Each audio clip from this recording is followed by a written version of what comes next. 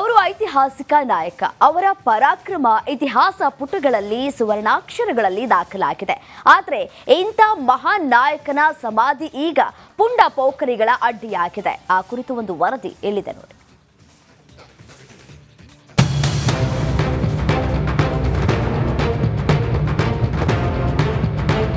ಎಲ್ಲಿ ನೋಡಿದ್ರು beer ಬಾಟಲಿಗಳು, cigarette ಪ್ಯಾಕ್ಗಳು, gutka ಚೀಟಿಗಳು, ಕಾಲಿಟ್ಟ ಕಡೆಯಲ್ಲೆಲ್ಲ ಕಸವೋ ಕಸ. ಗಬ್ಬು ನಾರ್ತಿರೋ ಈ ಜಾಗ ಯಾವುದೋ ತಿಪ್ಪೆಗುಂಡಿ ಅಲ್ಲ ಕಣ್ರಿ. ಚಿತ್ರದುರ್ಗ ಸಂಸ್ಥಾನವನ್ನ ಆಳಿದ ನಮ್ಮ ಹಿರೇಮದಕರಿ ನಾಯಕರ ಸಮಾಧಿ. ಪುಂಡರ ಅಡ್ಡವಾಯ್ತು ಪರಾಕ್ರಮಿಯ ಸಮಾಧಿ. ಹಿರೇಮದಕರಿ ನಾಯಕ, ಬೆಚ್ಚುಗತ್ತಿ ಭರಮಣ್ಣ ನಾಯಕರ ಪುತ್ರ, ಪಾಳೆಗಾರ ವಂಶದ ಕುಡಿ. 1721ರಿಂದ 1748 ತನಕ ಚಿತ್ರದುರ್ಗ ಸಂಸ್ಥಾನವನ್ನಾಳಿದ ನಾಯಕ. ಇಂತಹ ಪರಾಕ್ರಮಿಯ ಸಮಾಧಿ ಈಗ ಪುಂಡ ಪೋಖರಿಗಳ ಅಡ್ಡೆಯಾಗಿದೆ. 1748ರಲ್ಲಿ ಚಿತ್ರದುರ್ಗ ಸಂಸ್ಥಾನಕ್ಕೆ ಸೇರಿದ ಮಾಯಕೊಂಡ ಕೋಟೆಗೆ ಹರಪನಹಳ್ಳಿ ಪಾಳೆಯಗಾರ ಸೋಮಶೇಖರ ನಾಯಕ್ ಮುತ್ತಿಗೆಯನ್ನು ಹಾಕಿದ್ರು.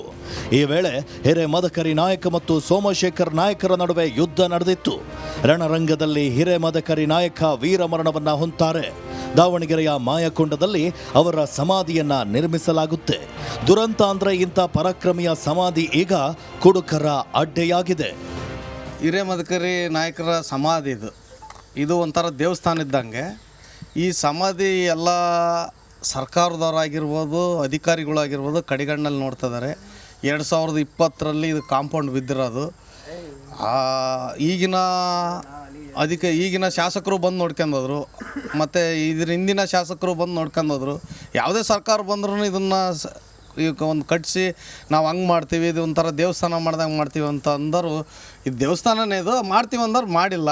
ದುರಂತ ಅಂದರೆ ದಾವಣಗೆರೆ ತಾಲೂಕಿನ ಮಾಯಕೊಂಡ ಗ್ರಾಮದಲ್ಲಿರುವಂಥ ಹಿರೇಮದಕರಿ ನಾಯಕರ ಸಮಾಧಿಗೆ ರಕ್ಷಣೆಯೇ ಇಲ್ಲದಂತಾಗಿದೆ. ಐತಿಹಾಸಿಕ ಸ್ಥಳದಲ್ಲಿ ಪುಂಡರು ಮದ್ಯಪಾನ ಮಾಡಿ ಎಲ್ಲೆಂದರಲ್ಲಿ ಬಿಯರ್ ಬಾಟಲಿ, ಸಿಗರೇಟ್, ಗುಟ್ಕಾ ಪ್ಯಾಕೆಟ್ಗಳನ್ನು ಬಿಸಾಡಿ ಗಲೀಜನ್ನ ಮಾಡ್ತಾ ಇದ್ದಾರೆ. ಸಮಾಧಿಯ ದುಸ್ಥಿತಿ ನೋಡಿ ಗ್ರಾಮಸ್ಥರು ಮರುಕವನ್ನ ಪಡ್ತಿದ್ದಾರೆ. ಇಲ್ಲಿ ದುಶ್ಚಟಗಳು ಮತ್ತು ಇನ್ನೊಂದು ಕಾಂಪೌಂಡು ಬಿದ್ದಿದೆ. ಮತ್ತು ಇಲ್ಲೆಲ್ಲ ಕುಡಿಯೋದು ಬಾಟ್ಲಿಗಳು ಇಲ್ಲೇ ಇರ್ತವೆ ಅಷ್ಟುವ. ಆಮೇಲೆ ಮೊನ್ನೆ ಇದನ್ನು ಮುರ್ಕೊಂಡು ಹೋಗಿದ್ದಾರೆ. ಇದೇನೊಂದು ಒಟ್ಟು ಎಲ್ಲದ ಮುರ್ಕೊಂಡು ಹೋಗಿದ್ದಾರೆ. ಒಟ್ಟು ಇಲ್ಲೇನು ಬಿಡಲ್ಲ. ಲೈಟು, ಸೋಲಾರ್ ಲೈಟ್ ಹೋಗಿದೆ. ಆಮೇಲೆ ಪ್ರತಿಯೊಂದು ಇಲ್ಲೇ ಆಗಿದೆ. ನಾವೆಲ್ಲಾರ ನಮ್ಮೂರಿಗೆ ಹಬ್ಬಕ್ಕೆ ಉಣಿಯೋಗೆ ಯಾರು ಬಂದರೆ ಬೀಗರು ಅವ್ರನ್ನ ಇಲ್ಲಿ ಸ್ಥಳಕ್ಕೆ ಕರ್ಕೊಂಬಂದು ತೋರ್ಸೋಣ ಅಂದರೆ ಇಲ್ಲೇನಾಗೈತೆ ಗೊತ್ತಾ, ಇಲ್ಲಿನ ಸ್ವಚ್ಛನೇ ಇಲ್ಲ. ಏನಾದರೂ ಅಧಿಕಾರಿಗಳು ಮತ್ತು ಜನಪ್ರತಿನಿಧಿಗಳು ಎಚ್ಚೆತ್ತು ಹಿರೇಮದಕರಿ ನಾಯಕರ ಸಮಾಧಿಯನ್ನ ಉಳಿಸೋಕೆ ಮುಂದಾಗ್ತಾರಾ ಅಂತ ಕಾದ್ ನೋಡ್ಬೇಕಷ್ಟೇ. ವಿಠಲ್ ಕ್ಯಾರವಾಡ್, ರಿಪಬ್ಲಿಕ್ ಕನ್ನಡ, ದಾವಣಗೆರೆ. ಒಂದು ವರ್ಷ ಈ ಜಿಲ್ಲೆಯಲ್ಲಿ ಸರಿಯಾದ ರಸ್ತೆ ಇರಲಿಲ್ಲ.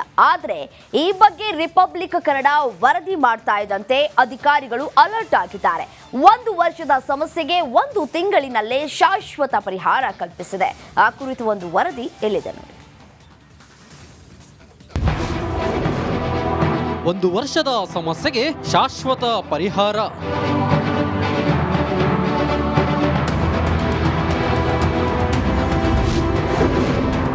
ಇದು ರಿಪಬ್ಲಿಕ್ ಕನ್ನಡ ವರದಿಯ ಬಿಗ್ ಇಂಪ್ಯಾಕ್ಟ್.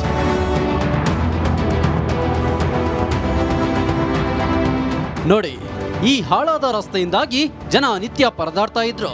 ವಾಹನ ಸವಾರರು ಹರಸಾಹಸ ಪಟ್ಟು ಹೋಗುವಂತ ಪರಿಸ್ಥಿತಿ ಉಂಟಾಗಿತ್ತು. ಇವರ ಗೋಳು ಕೇಳೋರೇ ಇರಲಿಲ್ಲ. ಬೀದರ್ ನಗರದ ಬಸ್ ನಿಲ್ದಾಣದ ದುಸ್ಥಿತಿ ಇದು. ಧೂಳು ರಸ್ತೆ ಗುಂಡಿಗಳಿಂದ ಜನರು ಕಂಗಾಲಾಗಿದ್ರು. ಇದರ ಬಗ್ಗೆ ರಿಪಬ್ಲಿಕ್ ಕನ್ನಡ ಆಗಸ್ಟ್ ತಿಂಗಳ 28ಕ್ಕೆ ವರದಿ ಪ್ರಸಾರ ಮಾಡುತ್ತಿದ್ದಂತೆ ಜಿಲ್ಲಾ ಉಸ್ತುವಾರಿ ಸಚಿವ ಈಶ್ವರ್ ಖಂಡ್ರೆ ಹಾಗೂ ಸಚಿವ ರಹೀಂ ಖಾನ್ ಅಲರ್ಟ್ ಆಗಿದ್ರು. 1 ವರ್ಷದ ಸಮಸ್ಯೆಗೆ 1 ತಿಂಗಳಲ್ಲಿ ಶಾಶ್ವತ ಪರಿಹಾರ ಸಿಕ್ಕಂತಾಗಿದೆ. ಒಳ್ಳೆ ರೀತಿಯ ಕವರೇಜ್ ಮಾಡಿ ಜನರಿಗೆ ಅನುಕೂಲ ಮಾಡಿಕೊಟ್ಟಿದ್ದಾರೆ. ಮತ್ತು ನಮ್ಮ district incharge minister Eshwar Khandre ಅವರು, ರಹೀಂ ಖಾನ್ ಅವರು ಇದನ್ನು ಮುತುವರ್ಜಿ ವಹಿಸಿ ಈ ರೋಡದ ಒಂದು ಶಾಶ್ವತ ಪರಿಹಾರ ಕಾಣಬೇಕಂತೇಳಿ ಅದಕ್ಕೊಂದು 5 ಕೋಟಿ ರೂಪಾಯಿ ಸ್ಯಾಂಕ್ಷನ್ ಮಾಡಿದಕ್ಕೆ ಅವರಿಗೆ ನಾವು ಧನ್ಯವಾದ ಹೇಳ್ತೀವಿ. ಶಿವನಗರದಿಂದ ಬಸ್ ನಿಲ್ದಾಣದವರೆಗೆ ಶಾಶ್ವತ ರಸ್ತೆ ನಿರ್ಮಾಣಕ್ಕೆ 5 ಕೋಟಿ ರೂಪಾಯಿ ವೆಚ್ಚದಲ್ಲಿ ಹೊಸ ರಸ್ತೆ ಕಾಮಗಾರಿ ಶುರುವಾಗಿದೆ. ರಿಪಬ್ಲಿಕ್ ಕನ್ನಡ ಕಾರ್ಯಕ್ಕೆ ಬೀದರ್ ಜನರು ಮೆಚ್ಚುಗೆ ವ್ಯಕ್ತಪಡಿಸಿದ್ರು. ಇದ್ರ ಕಡೆ ಇದು ಏನಂದ್ರೆ ವರದಿ ಆಗಿದ್ಮ್ಯಾಗ ಅಂದ್ರೆ ಎಲ್ಲ ಜಿಲ್ಲಾಡಳಿತ ಮತ್ತು ರಾಜ್ಯ ಸರ್ಕಾರ ಇದ್ರ ಕಡೆ ಎಚ್ಚೆತ್ತುಕೊಂಡು ಆ ಪಾಪನಾಸ್ ರಸ್ತೆಯಿಂದ ಬಸ್ ಸ್ಟ್ಯಾಂಡ್ವರೆಗೆ 5 ಕೋಟಿ ಮಂಜೂರು ಮಾಡಿದ್ದಾರೆ. ಇದಕ್ಕೆ ನಾನು ಇವ್ರದ್ದು ಏನು ವರದಿ ಮಾಡಿದ್ದಾರೆ ಇವ್ರಿಗೆ ನಾನು ಅಭಿನಂದನೆ ಸಲ್ಲಿಸ್ತೀನಿ. ಯಾಕಂದರೆ ಇವರು ಒಂದು ವೇಳೆ ವರದಿನೇ ಮಾಡ್ತಿಲ್ಲ ಅಂದ್ರೆ ಅದೇನು ಹಾಗೆ ಇರ್ತಿತ್ತು, ಮತ್ತು ಯಾರ್ದು ಎಷ್ಟು ಅನಾಹುತ ಆಯಿತು ಅನ್ನೋ ಅಂತ ಅನಿಸ್ತಾ ಇತ್ತು. ಈ ಬಗ್ಗೆ ಉಸ್ತುವಾರಿ ಸಚಿವ ಈಶ್ವರ್ ಖಂಡ್ರೆ ಪ್ರತಿಕ್ರಿಯೆ ನೀಡಿದ್ರು. ಈ ರಸ್ತೆ ಅತ್ಯಂತ ಮುಖ್ಯ ರಸ್ತೆಯಾಗಿದ್ದು ರಸ್ತೆಯ ಸಮಸ್ಯೆ ಕುರಿತು ನಮ್ಮ ಗಮನಕ್ಕೆ ತಂದ ತಕ್ಷಣವೇ ಹಣ ಬಿಡುಗಡೆ ಮಾಡಿದ್ದೇನೆ ಎಂದಿದ್ದಾರೆ.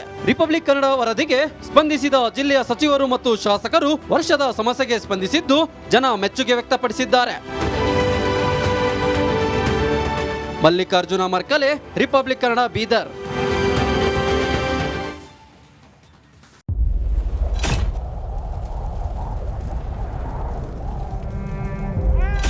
They destroyed our house and our life.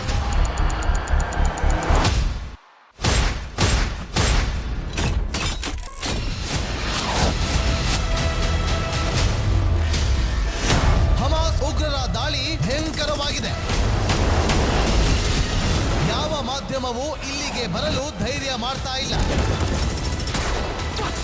ಇಂಥ ಜಾಗಕ್ಕೆ ಎಂಟ್ರಿ ಕೊಟ್ಟಿದೆ ರಿಪಬ್ಲಿಕ್ ಕನ್ನಡ. ಯುದ್ಧ ಭೂಮಿಯಿಂದ ರಿಪಬ್ಲಿಕ್ ಕನ್ನಡ ನೈಜ ವರದಿ. ಬುಲೆಟ್ ಆಗಿರುವಂತಹ ದೃಶ್ಯಾವಳಿಯನ್ನ ನಿಮಗೆ ತೋರಿಸ್ತಾ ಇದ್ದೀನಿ. ನಾನು ನಿಂತಿರುವಂತದ್ದು ಗಾಜಾ ಪಟ್ಟಿಯಲ್ಲಿ. ಹಮಾಸ್ ಬಂಡುಕೋರರು ಹಿಡಿದಿದ್ದ ವೆಪನ್ಗಳಿದು. ಇದು RPG-29 ಲಾಂಚರ್. ಛಿದ್ರಗೊಂಡಿರುವ ಕಟ್ಟಡಗಳು. ಈ ಮನೆಯಲ್ಲಿದ್ದಂತಹ ಬಾಡಿಗಳನ್ನ ಸುಟ್ಟು ಕರಕಲಾಗಿದೆ. 6,000 ಸಾವಿನ ಗಡಿ ದಾಟಿದೆ, ನರಕವನ್ನಾಗಿ ಮಾಡಿಬಿಟ್ಟಿದ್ದಾರೆ. 31 ದಿನಗಳಿಂದ ಯುದ್ಧ ಭೂಮಿಯಲ್ಲಿ ನಿಂತು ರಿಪಬ್ಲಿಕ್ ಕನ್ನಡ ವರದಿ ಮಾಡ್ತಾ ಇದೆ. That powerful people come from powerful places. 1 ವರ್ಷದ ನಿರ್ಭೀತ ಪತ್ರಿಕೋದ್ಯಮ ರಿಪಬ್ಲಿಕ್ ಕನ್ನಡ, ಇದು ನಿಮ್ಮ ಧ್ವನಿ. 150 ಸುದ್ದಿ, 120 ಇಂಪ್ಯಾಕ್ಟ್. ಸೂಪರ್ 3 ಇಲ್ಲೇ ಡ್ರಾ, ಇಲ್ಲೇ ಬಹುಮಾನ. ಮಾಧ್ಯಮ ಇತಿಹಾಸದಲ್ಲೇ ಮೊದಲು ಪರಿಹಾರ ಪತ್ರಿಕೋದ್ಯಮ. ಜೀವನ ನಡೀತಾ ಇಲ್ಲ ಸರ್. ಗುರುಲಕ್ಷ್ಮಿನಿಲ್ಲ, ಪಿಂಚಣಿನಿಲ್ಲ. ಇದನ್ನೇ ಮಾಡಕ್ಕಾಗಿಲ್ಲ ಅಂತಂದ್ರೆ ಇನ್ನೇನ್ ಮಾಡ್ತೀರಿ ಬೇರೆ? ಏನ್ ಕಳಿಸಿ ಆ ಸಮಸ್ಯೆಯನ್ನು ಪರಿಹರಿಸಿಕೊಡ್ಲಾಗ್ಬೋದು. ಒಬ್ಬ ಅಜ್ಜಿ, ಅವರು ವಿಕಲಚೇತನರು, ಯಾರ ಹತ್ರ ಹೇಳೋದು? ನಿಮ್ ಪ್ರಾಬ್ಲಮ್ ಏನಪ್ಪಾ ಅಂತ ಕೇಳೋದಕ್ಕೆ ಯಾರು ಇಲ್ವಲ್ಲ. ಆಗ ನಾವಿರ್ತೀವಿ. ನಾವಿರೋದೇ ನಿಮ್ಗಾಗಿ. ನಾನು ಇರುವವರೆಗೆ, ಅವರು ಇರುವವರೆಗೆ 1,000 ರೂಪಾಯಿ ತಿಂಗಳು ಹಾಕ್ತೀನಿ. ಆದ್ರೆ ಈ ಕೆಲಸ ಇದೆಯಲ್ಲ, ಯಾವತ್ತೂ ಕೂಡ ಶಾಶ್ವತವಾಗಿ ನಮಗೊಂದು ಒಳ್ಳೆ ನೆನಪನ್ನು ಕೊಡುತ್ತೆ, ನಮ್ಮನ್ನು ಕಾಪಾಡುತ್ತೆ. ನಾನು 3 ವರ್ಷ ಭಿಕ್ಷೆ ಬೇಡ್ಕೊಳ್ತಿರ್ಬೇಕು. 24 ಗಂಟೆಯಲ್ಲಿ ಅವರ ಬದುಕು ಬದಲಾಗಿ ಹೋಯಿತು. ನಾವು ರಿಪಬ್ಲಿಕ್ ಕನ್ನಡ, ನೇಷನ್ ಫಸ್ಟ್. ಸಮಾಜ ನಮಗೆ ಬಹಳ ಮುಖ್ಯವಾಗಿರುತ್ತೆ. ನಾವು ಆ ಜಾತಿ ಈ ಜಾತಿ ಅಂತ ನೋಡೋದಿಲ್ಲ. ಸಮಾಜದ ಕಟ್ಟ ಕಡೆ ವ್ಯಕ್ತಿ ಯಾರಿರ್ತಾನೆ, ಅದು ಯಾವುದೇ ಜಾತಿಯವನಾಗಿರ್ಬೋದು, ಯಾರು ಕಷ್ಟದಲ್ಲಿದ್ದಾನೆ ಅವನ ಪರವಾಗಿ ಧ್ವನಿ ಇರ್ತೇವೆ. ಆರು ಕನ್ನಡಕ್ಕೆ ಧನ್ಯವಾದ. ನಾವು 1 ವರ್ಷದ ನಿರ್ಭೀತ ಪತ್ರಿಕೋದ್ಯಮ ರಿಪಬ್ಲಿಕ್ ಕನ್ನಡ, ಇದು ನಿಮ್ಮ ಧ್ವನಿ.